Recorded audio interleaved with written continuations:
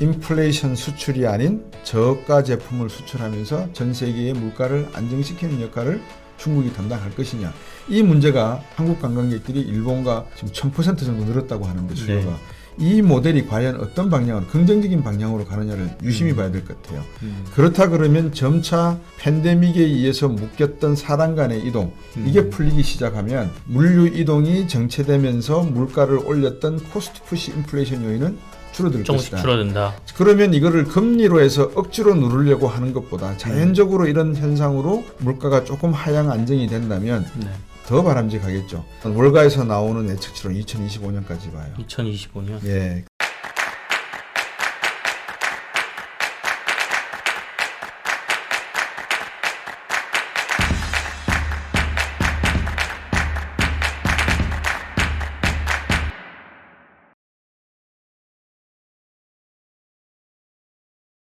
고민이 되는데 최근에 나온 이슈 중에 또 하나 큰 게 이제 미국하고 중국 간의 어떻게 보면 알력 싸움이라고 볼 수도 있고 뭐 무역 분쟁이라고 얘기하기도 하고 신냉전이라고 얘기하기도 하고 첨단 기술 수출을 미국이 강력하게 이제 막는 법안들을 내놓고 있지 않습니까? 네. 최근에 이제 특히 반도체 쪽이 조금 걱정스러운데 중국으로 나가는 반도체 장비나 첨단 기술 다 막겠다라고 지금 했지 않습니까? 네. 거기에 대한 이슈는 어떻게 해석하고 계십니까? 그것도 단순화하면은 네. 단순화를 좋아하신다면 네. 미국은 못 이기죠.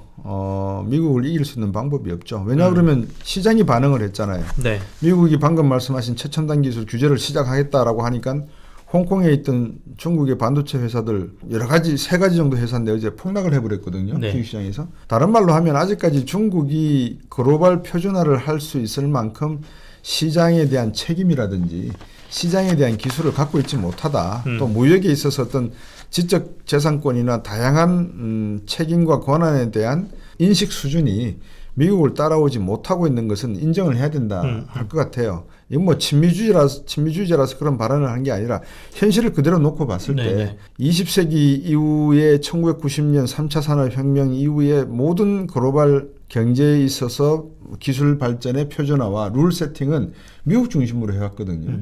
그게 이제 중국이 들어오면서 뭐 G2다, G2다 뭐 이런 식으로 이제 우리가 과대평가를 해주는데 글쎄 모르겠습니다. 뭐 여러분들 각자의 생각에 따라서 다르실 건데 이제 그렇다 그러면 여러분들은 미국 주식 투자하실 거 없죠. 중국 주식 투자하는 게 훨씬 낫죠. 왜냐하면 보세요. 1990년대 중반기에 여러분들이 만약에 아마존을 사시고 구글을 사시고 마이크로소프트, 애플을 사셨으면 지금 주가가 얼마입니까? 만약에 여러분 생각에 기술 표준이 중국이 될 것이다. 중국이 이길 것이다 라고 생각하면 지금 아마존 중국의 알리바바라든지 뭐 화웨이라든지 탄센트 이런 주식들이 저게 제대로 된 값이겠습니까? 지금보다 몇십 배 오르겠죠. 네네. 그럼 중국에 투자하셔야 돼요. 근데 우리나라에 대외 투자를 하다 보면 서학개미 이야기는 들어봤는데 중학개미 이야기는 제가 못 들어봤어요. 네네. 물론 하시는 분들 계세요. 네. 예, PF라든지 프라이빗 펀드를 이용해서 하시는 분들이 계시는데 사모펀드로 갈 것이냐 공모펀드로 갈 것이냐 여러 가지 뭐라 그럴까 투자 방법이 있지 않겠습니까? 네네. 자, 뭐 약간 옆으로 셉니다만 공모 같은 경우에는 개인이 투자를 해야 되잖아요. 그러니까 그렇죠. 개인이 사고 팔고 뭐 하면 됩니다. 근데 사모펀드 같은 경우는 맡기고 잊어버리면 되잖아요. 근데 좋은 점은 사모는 맡기고 잊어버리니까 이건 오래 가져갈 수 있고 전문가가 해주니까 다행히 뭐 오르더라도 내리더라도 본인이 손절을 안 한단 말입니다. 네. 일정한 기간을 가지고 있도록 계약을 써버리니까. 근데 공모 같은 경우에는 언제든지 사고 팔고 본인이 결정할 수 있잖아요. 사모의 단점은 또 하나가 있죠. 근데 만약에 여러분들이 옵티머스나 라인 같은 사모펀드 회사 만나면 박살나죠. 예. 그게 단점이죠. 이런데. 예, 네. 그렇죠. 그래서 이제 주식 시장의 움직임도 그렇고 채권 시장의 움직임도 그렇고 이 모든 것이 경제 지표를 레퍼런스로 삼아서 네. 이 기업이 미래에 어떤 가치를 보일 것이다라고 하는 것을 판단해서 수익이 어느 정도 늘어날 것이다에 투자를 하게 되는 건데 그거는 국가가 과연 얼마나 뒷받침을 하는가도 상당히 중요하잖아요. 네. 지금 미국이 최첨단 규제라든지 또 IRA 법안을 만든다. 이 네. 내용은 벌써 시그널을 줬죠. 미국도 이제 앞으로 주식 관련해서 굳이 주식으로 땡겨서 본다면 기술 관련주에 관한 내용들은 우리가 더 발전시키면 발전시켰지 후퇴시키지는 않겠다. 경쟁에 밀리지는 않겠다. 네. 이제 그런 이야기죠. 결국에는 앞으로도 이 분쟁이라든지 미국의 정책은 더 강화될 가능성이 높다. 이건 이제 정치권 이슈를 떠난 것 같습니다. 처음에는 트럼프 대통령이 중국을 규제할 때만 해도 네. 이게 정권이 바뀌면 뭔가 완화될 거다라는 기대감이 있었던 것 같은데 바이든 대통령으로 바뀐 이후에도 이 정책이 계속되는 거 보면 아이, 그럼요. 미국의 여당 야당을 가리지 않는다. 민주당과 공화당을 가리지 않고 앞으로 중국과의 이 부분에 있어서의 경쟁이라고 하기도 그렇고 격차를 벌려놓기 위한 미국의 어떤 정책적인 기조는 변하지 않는다. 이렇게 봐야 되는 거죠. 네. 네. 거기다가 한 가지가 더 있죠. 기술도 그렇지만 네. 미국 달러를 위안화가 따라올 수 있겠어? 따라와봐 네. 하는 거죠.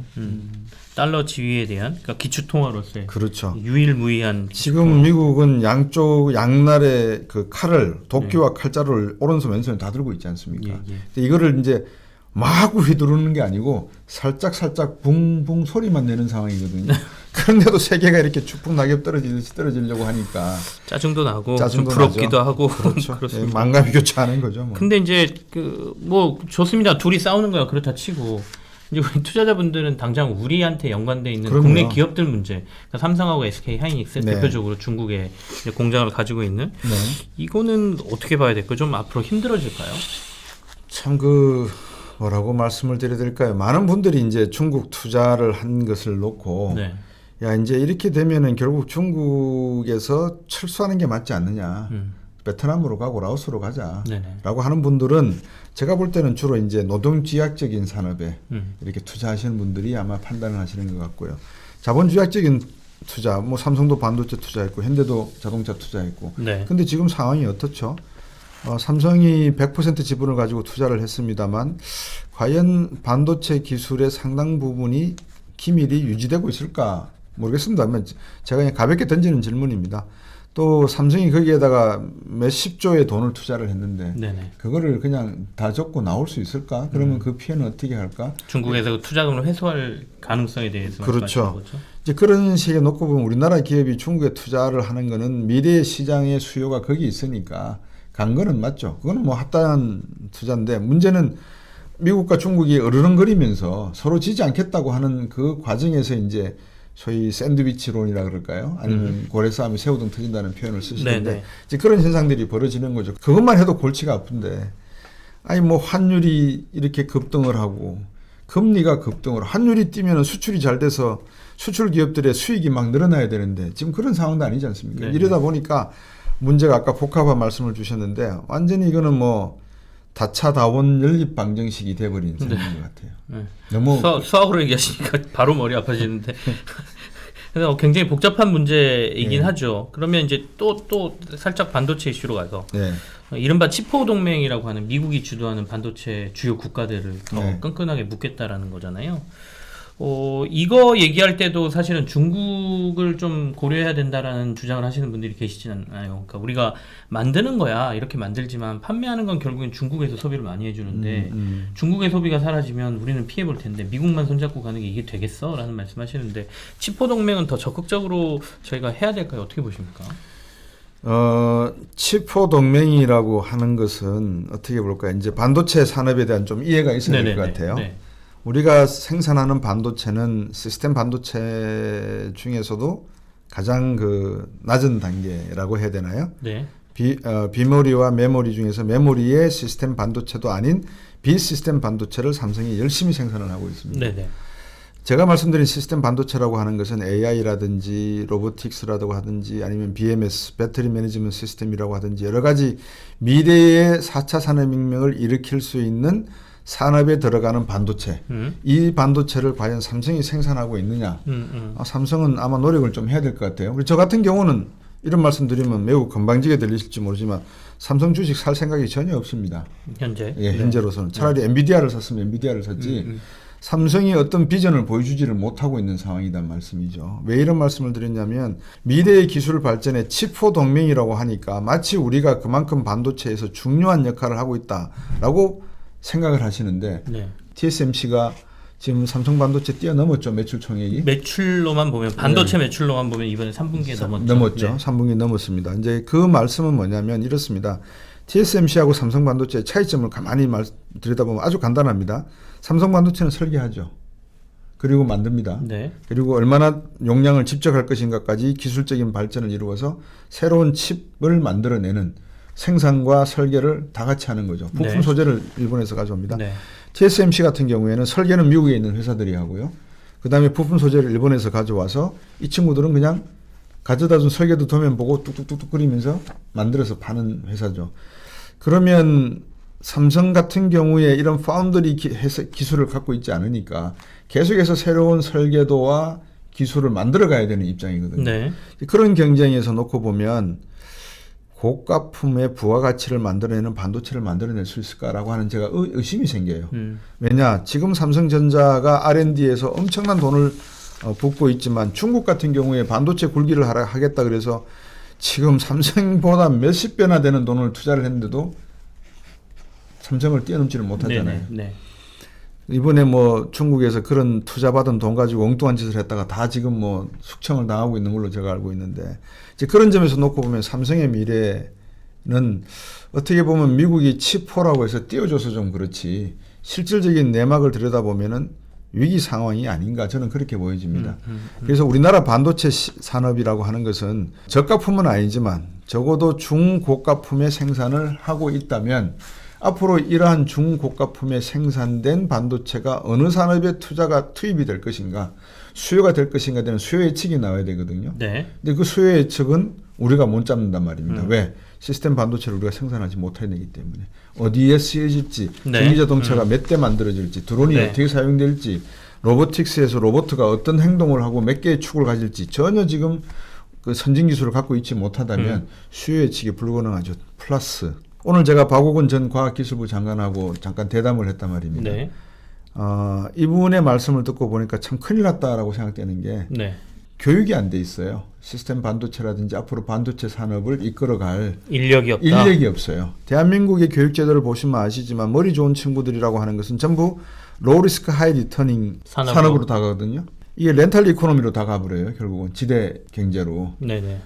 의사나 변호사가 돼가지고 뭐 큰 문제 없이 나는 편안하게 살고 싶어라고 하는 방향으로 가고, 저희들이 자랄 때 공과대학의 그런 인기는 점점점 떨어지거든요. 제가 그 장관님한테도 그런 말씀드렸어요.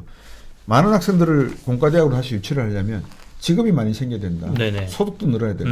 근데 지금 우리나라에서 소득이 늘거나 직업이 늘 가능성이 있는 산업이 몇 개가 있으며 반도체 산업이 지금 그런가? 그건 아니란 말이죠. 이제 그런 점에서 놓고 보면 칩4 동맹이다, 뭐 쿼드 동맹이다, 동맹 이야기가 나오는데 제가 볼 때는 동맹은 더 이상 필요치가 않다. 어떻게 보면 냉정하게 보면 각자 도생의 시대다. 사실 미국이 각자 도생하겠다고 지금 선언하고 그렇죠. 모든 걸 다 자기 나라에서 네. 생산하겠다고 해버리니까 생기는 문제도 굉장히 많지 않습니까? 그러니까 결국에는 삼성도 이 메모리에 한정돼 있는 어떤 사업 구조가 빨리 비메모리나 첨단 쪽으로 더 가지 않으면 위기 상황이라고 우리가 보는 게 맞다. 이런 네, 말씀도 저는 그렇게 이해하면 보고 있습니다. 되겠습니다. 예. 그 인플레이션의 시대가 앞으로 계속 이어질 거다. 네. 라는 전망에 대해서는 어떤 견해를 갖고 계시는지. 그러니까 이제 잡히긴 잡히겠죠. 금리를 올리면서 약간 잡힐 것 같긴 한데 이게 길게 간다라고 보시는 분이 있고, 그래도 뭐 몇 년 지나면 예전 수준으로 돌아갈 거야라고 보시는 분이 있고, 그 전망들의 여러 가지를 보면 어떤 분은 중국이 생산해내는 저가 생산품들이 이제는 더 이상 중국하고 미국하고 사이가 저렇게 안 좋아지고 중국의 침체 기조로 가니까 전 세계에 공급 안 되기 시작하면 결국엔 물건값은 계속 높은 거 아니야? 뭐 이런 견해도 있으신 것 같고요. 어떻게 보세요? 보통 우리가 물건값이 한번 오르면 그 다음엔 떨어지나요? 쉽지 않죠. 쉽지 네. 않죠. 네. 집값이 올라가고 난 다음에 떨어지는 거는 위기가 아닌다면 네네, 떨어지지가 그죠. 않잖아요. 네. 그 다음에 또 중요한 것은 제가 시청자 여러분들한테 드리고 싶은 말씀은 이번에 이제 10월 11일부터 일본도 관광 비자 자유화 시켰거든요. 네네, 그렇죠. 그럼 요거를 잘 봐야 돼요. 요 모델을 제가 볼 때는. 과연 중국이 스스로 이야기하기를 우리는 코로나 제로야. 근데 코로나가 환자가 몇 개 생해서 나왔다고 하는 숫자가 제 기억에 260명인가 460명인가 그래요. 네. 자, 중국을 믿을 것인가 말 것인가를 던져놓고 네네. 일단 코로나 시대가 어느 정도 극복이 된다고 하면 네. 피는 도는 거죠. 사람들이 움직이고 물류가 움직이기 시작하면은 방금 말씀하셨던 중국의 저가 제품들이 미국에 좀 더 갈 것이고 빨리 갈 것이고 네네. 이제 그러다 보면 중국이 하는 역할, 즉 인플레이션 수출이 아닌 저가 제품을 수출하면서 전 세계의 물가를 안정시키는 역할을 중국이 담당할 것이냐. 이 문제가 한국 관광객들이 일본과 지금 1000% 정도 늘었다고 하는데 수요가 이 모델이 과연 어떤 방향으로 긍정적인 방향으로 가느냐를 유심히 봐야 될 것 같아요. 그렇다 그러면 점차 팬데믹에 의해서 묶였던 사람 간의 이동 이게 풀리기 시작하면 물가를 올렸던 물류 이동이 정체되면서 물가를 올렸던 코스트 푸시 인플레이션 요인은 줄어들 조금씩 것이다. 줄어든다. 그러면 이거를 금리로 해서 억지로 누르려고 하는 것보다 자연적으로 이런 현상으로 물가가 조금 하향 안정이 된다면 네. 더 바람직하겠죠. 월가에서 나오는 예측치로는 2025년까지 봐요. 2025년. 예. 근데 제가 앞에서도 말씀을 드렸습니다만 미 연준이 정책 목표 물가를 2%에서 4%로 조금 더 유연하게 가져간다 그러면 네. 지금 8.3%에서 2%로 내리려면 6.3% 포인트를 더 낮춰야 되거든요. 얼마나 많은 금리를 올려야 되겠습니까?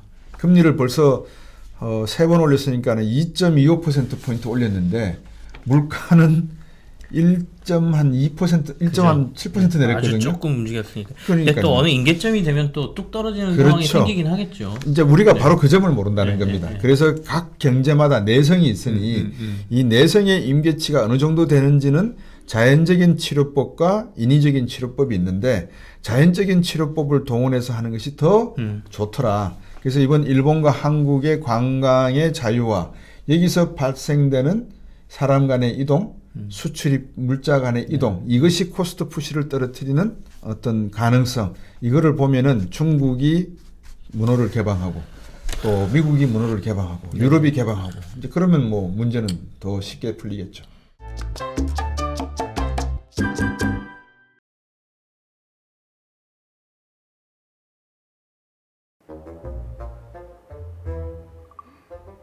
또 물렸어? 난 전생에 불나방이었나 봐. 빨간 물만 쫓다가 또 물렸어. 야, 너 개미면 개미답게 노력을 해야지. 그렇게 오만발해가지고 슈퍼개미 될 수 있겠어? 야, 걔 말이 쉽지. 막상 종목 공부하고 분석하다 보면 아니 이거는 개미 오브 개미인 나도 아는 정보들인데 남들이야 모를까 싶단 말이야. 슈퍼개미 배진아님이 그러셨는데 주린이는 공부만이 살 길이다.